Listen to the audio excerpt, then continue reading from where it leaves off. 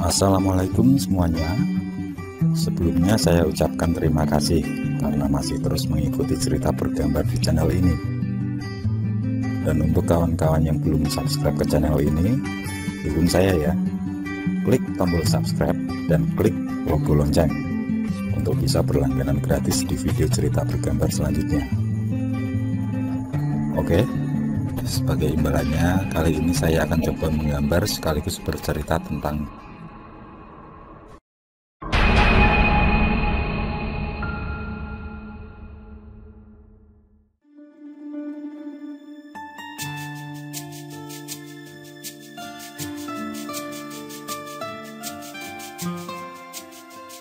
Ria yang masih tinggal di asrama di Surabaya memutuskan ikut ujian perguruan tinggi negeri.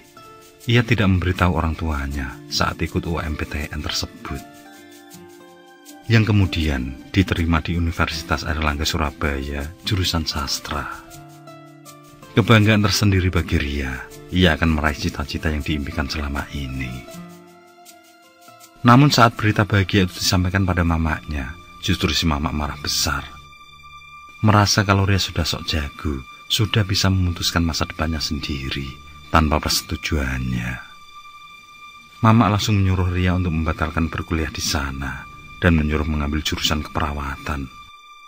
Katanya akan layak untuk bersanding dengan Sandi. Sudah beruntung Sandi mau menikah denganmu. Jadi tugas kamu adalah harus sejajar dengan dia.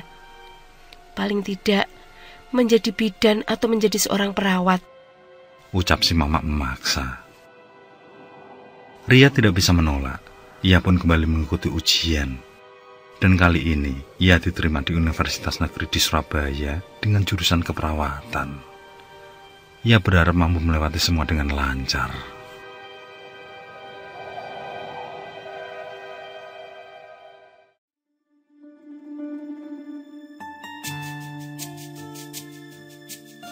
Satu tahun sudah berlalu.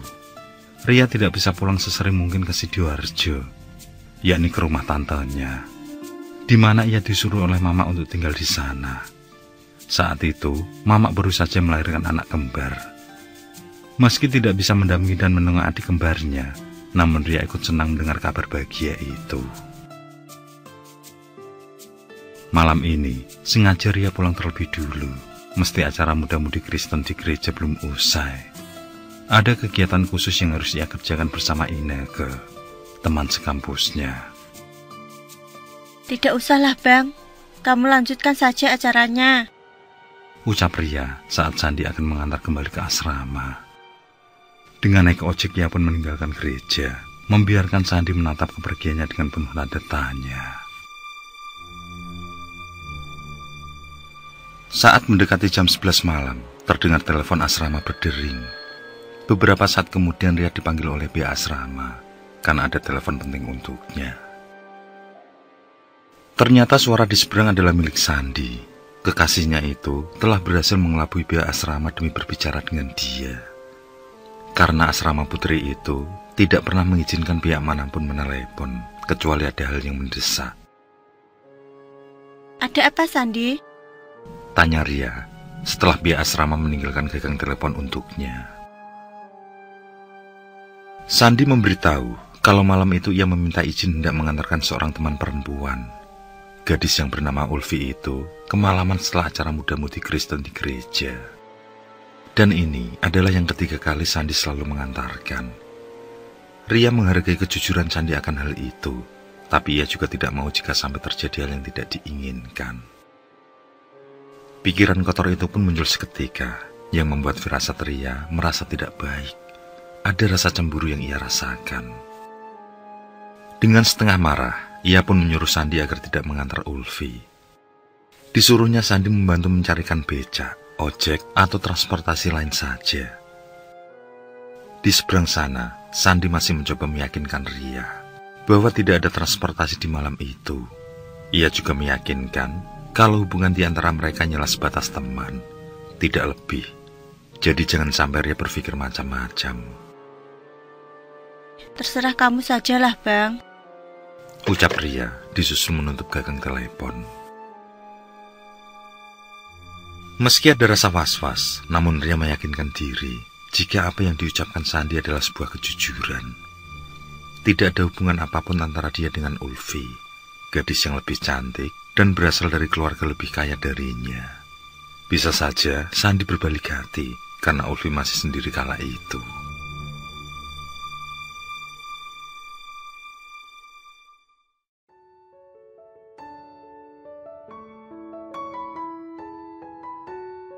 Rencana pernikahan pun mulai dilakukan meski Ria masih berkuliah.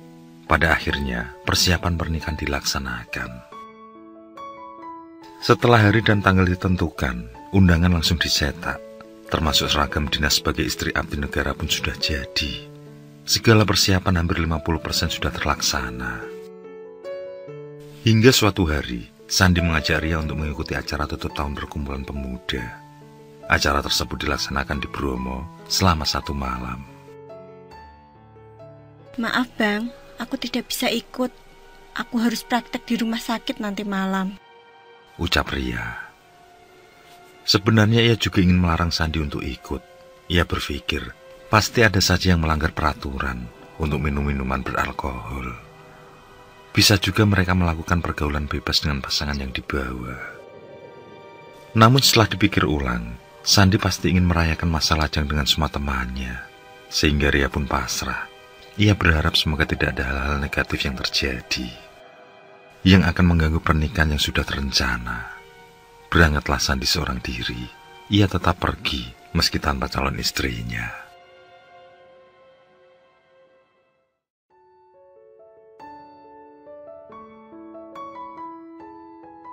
Ternyata Ria telah salah menilai.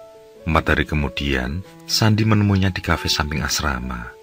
Dan secara mengejutkan, Sandi mengaku bahwa akibat terpengaruh minuman keras, secara tidak sadar, ia telah melakukan hubungan suami istri dengan Ulfi.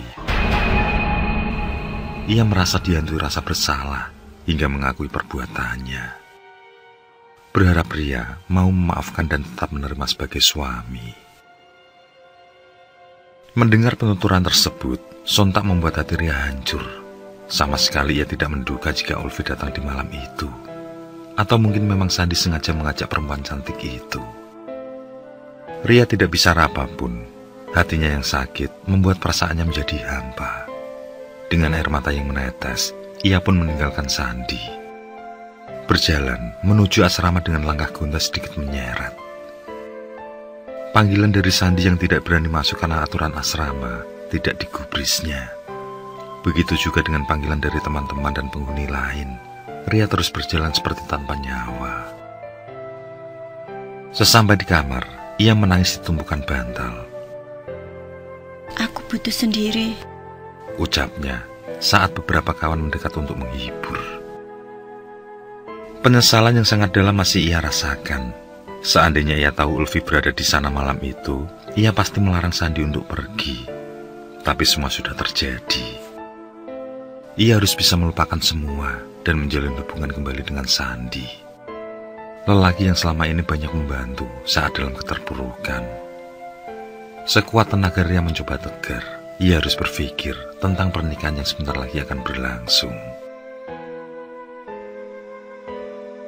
Apa yang terjadi telah Ria ceritakan pada keluarganya melalui telepon. Petang itu, ia pun pulang ke rumah tantenya. Yang di sana sudah ada mamak bersama adik kembarnya di gendongan tante. Sedangkan ayah angkatnya tidak ikut, karena ada pekerjaan yang tidak bisa ditinggalkan. Ria langsung mendekap erat mamak. Mak, apa yang harus aku lakukan, Mak? Aku belum bisa memaafkan Bang Sandi, ucap Ria terisak. Si Mama tidak berucap sepatah kata pun. Mungkin ia tidak percaya jika Sandi melakukan dosa itu. Setelah memberi sedikit masukan, akhirnya mereka semua pasrah akan keputusan yang diambil Ria. Mereka yakin jika Ria akan berpikir jernih sehingga membuat langkah terbaik. Tentu demi kebaikan semua dan demi masa depannya. Setelah beberapa saat terdiam mendengar pendapat keluarganya, termasuk Mama, Ria pun angkat bicara. Ia akan tetap melangsungkan pernikahan dengan Sandi, dikarenakan takut membuat malu keluarga besar. Selain itu, Biaya yang dikeluarkan Sandi untuknya juga tidak sedikit. Ia merasa berhutang banyak pada Sandi. Aku tetap akan menikah dengannya, tapi dengan syarat perempuan itu tidak hamil. Karena aku tahu bagaimana rasanya hidup tanpa ayah. Ucap Ria agak berat. Dan itulah keputusan yang sudah diambil. Meski perasaannya hancur, tapi Ria tetap berkorban demi nama baik keluarga besar. Sementara itu, tanpa sepengetahuannya, Sandi ternyata menemui kakek nenek Ria di kampung. Sebagai tetua adat, tentu membuat keluarga Sandi segan dan menaruh hormat. Dalam pertemuan itu, Sandi minta maaf karena telah melakukan perbuatan yang menyakiti Ria. Ia pun minta agar kakek dan nenek mau membujuk Ria supaya pernikahan akan segera berlangsung dan berjalan tanpa halangan. Sebenarnya, si nenek marah besar mendengar pengakuan Sandi, tapi si kakek yang bersikap bijak mampu menenangkan. Semua menyangkut masa depan Ria dan menyangkut kepentingan keluarga besar. Kakek pun menyuruh Sandi pulang dan berkata kalau semua akan baik-baik saja. Menurut si kakek, Ria pasti mengambil keputusan yang tepat. Jadi, tidak perlu ada yang dikhawatirkan.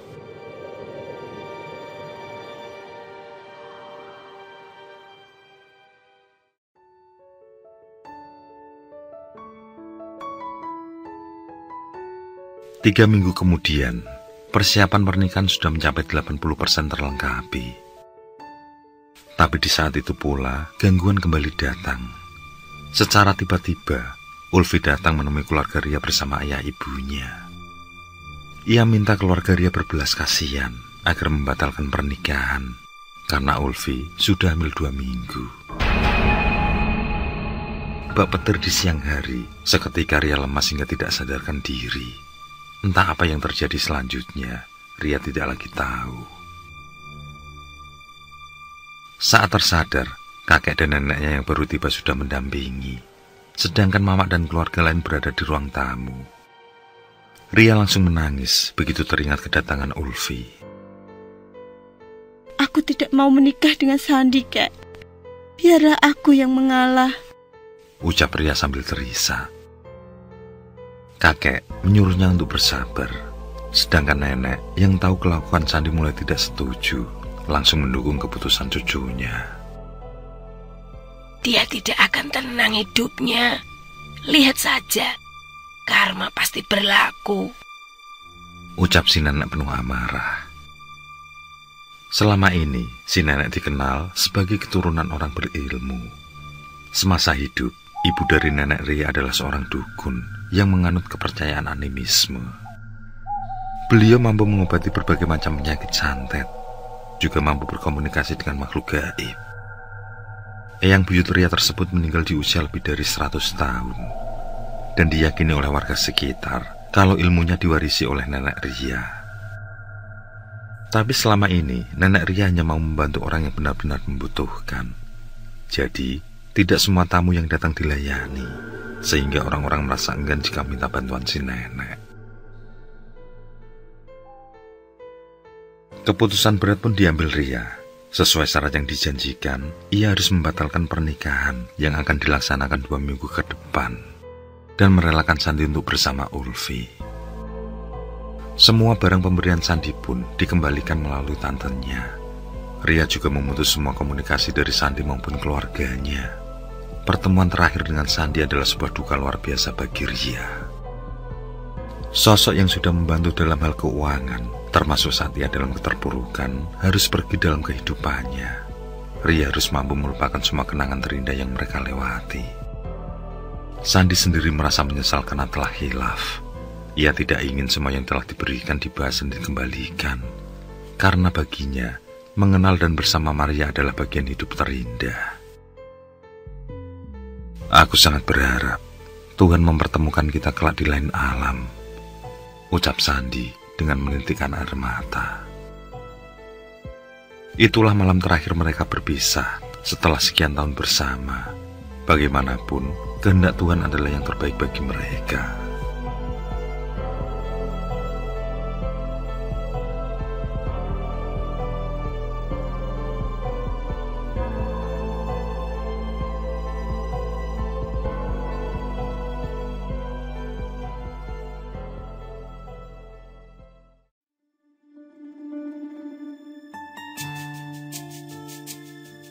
Maria lulus kuliah di tahun 2001, yang kemudian diterima sebagai PNS di kota Yogyakarta. Sengaja ia memilih kota yang jauh, agar bisa melupakan semua kenangan bersama Sandi. Ia bersama keluarga juga datang di acara pernikahan Sandi kala itu. Namun sampai saat ini, diketahui kalau Ulfi tidak pernah hamil. Ternyata kejadian waktu itu hanya alasan Ulfi saja. Perempuan yang tergila-gila dengan Sandi itu membuat sandiwara demi lelaki pujaan. Dan impiannya tercapai meski harus menyakiti pihak lain. Walaupun tahu keburukan Ulfi, namun Ria sudah merelakan semua. Ia yakin akan menemukan kebahagiaan yang sudah Tuhan rencanakan. Di usia pernikahan 5 tahun, Sandi mengangkat anak dari panti asuhan. Namun anak angkatnya meninggal dunia tanpa sebab jelas. Kejadian serupa juga menimpa pada anak angkat kedua mereka. Mungkin itulah yang dimaksud si nenek, bahwa akan ada karma yang terjadi. Tapi bukan itu yang diinginkan Ria. Bagaimanapun, ia ingin Sandi merasakan kebahagiaan. Karena selama ini, ia telah banyak berhutang budi pada lelaki itu. Tidak, Ria. Orang yang telah menyakitimu harus menerima akibatnya, ucap nenek saat Ria datang berkunjung. Kedatangan Ria itu memang disuruh oleh si nenek, karena dari penglihatan mata batin, ada sesuatu hal yang mengganggu cucunya. Menurut si nenek, Ulfi telah berbuat kotor padanya, sehingga berdampak pada urusan percintaan ke depan. Si nenek bercerita kalau Ulfi melakukan itu setelah Sandi berubah sikap. Begitu tahu kalau dibohongi, Sandi terus membandingkannya dengan Maria. Bahkan Sandi juga pernah tidak pulang dan mengancam akan mencari Maria. Dari ketidakbahagiaan itulah yang membuat Ulfi gelap mata. Ia yakin bahwa apa yang terjadi adalah ulah dari Maria. Terutama tentang dirinya yang tidak pernah bisa hamil, juga tentang kematian anak-anak angkatnya. Dari berburuk sangka itu, Ulfi pun berniat membuat hal yang serupa pada Maria. Ia ingin agar Maria juga tidak pernah merasakan kebahagiaan seperti yang ia alami.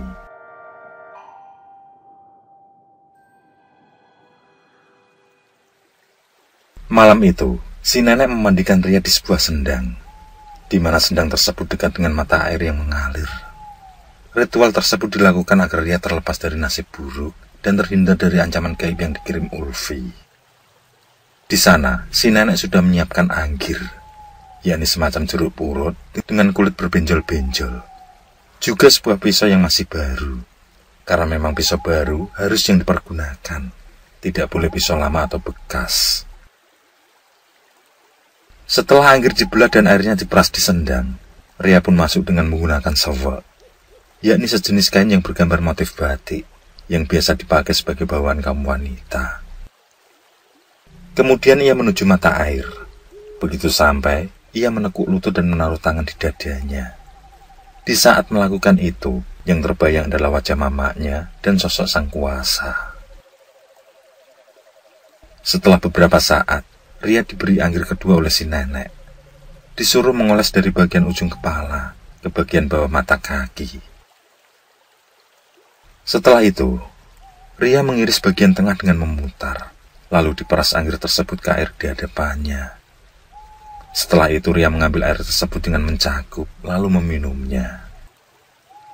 Tenggelamkanlah dirimu sebanyak 7 kali, ucap si nenek. Saat Ria melakukan perintah neneknya, terlihat si nenek membakar dupa sambil kumat-kamit membaca mantra. Dan prosesi ritual itu pun selesai. Yang jelas, Ria merasa lebih baik setelah ritual itu dilakukan. Kakek neneknya juga yakin bahwa ia akan mendapatkan laki-laki yang lebih baik dari Sandi.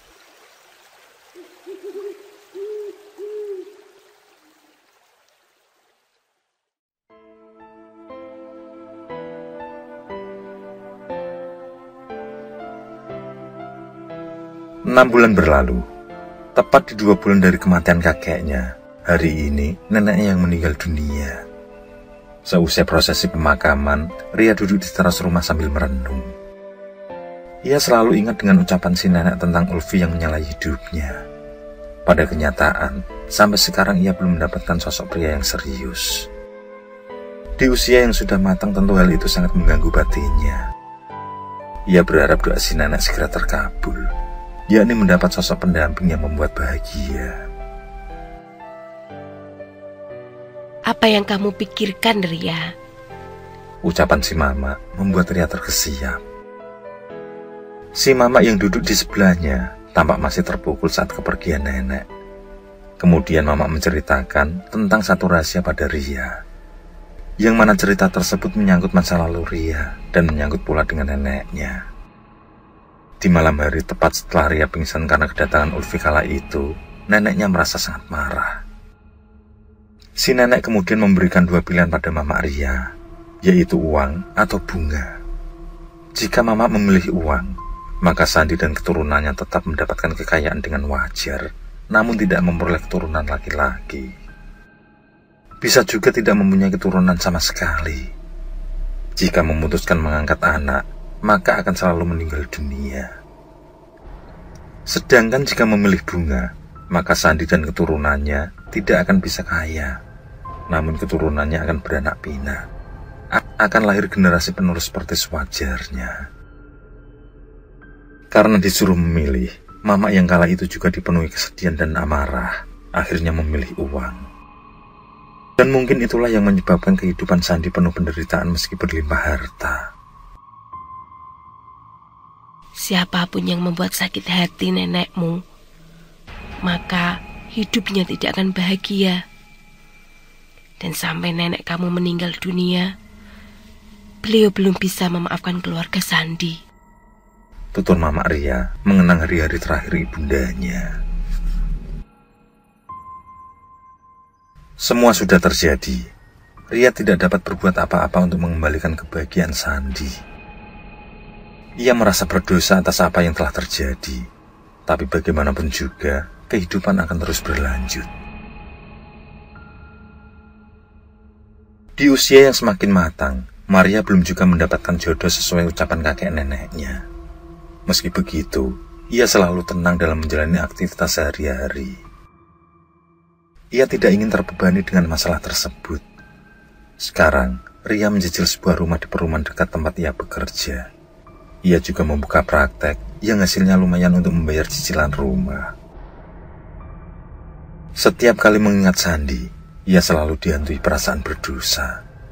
Banyak sekali kebaikan Sandi yang membuatnya berhutang budi. Namun di sisi lain, dia merasakan sakit hati atas perbuatan Sandi. Lelaki itu telah mengkhianati kesetiaan yang ia jaga. Dan ternyata, Maria tidak menduga bahwa selama ini Sandi masih sangat perhatian padanya. Bahkan dengan menyamar, Sandi ikut melayat saat kematian kakek maupun nenek Ria. Mungkin sekarang Sandi menunggu waktu yang tepat untuk menemukan kebahagiaan yang dinanti, yakni menceraikan Ulfi, dan mengharap Ria kembali menerimanya sebagai pendamping. Hanya waktu yang akan menjawab kisah hidup Maria.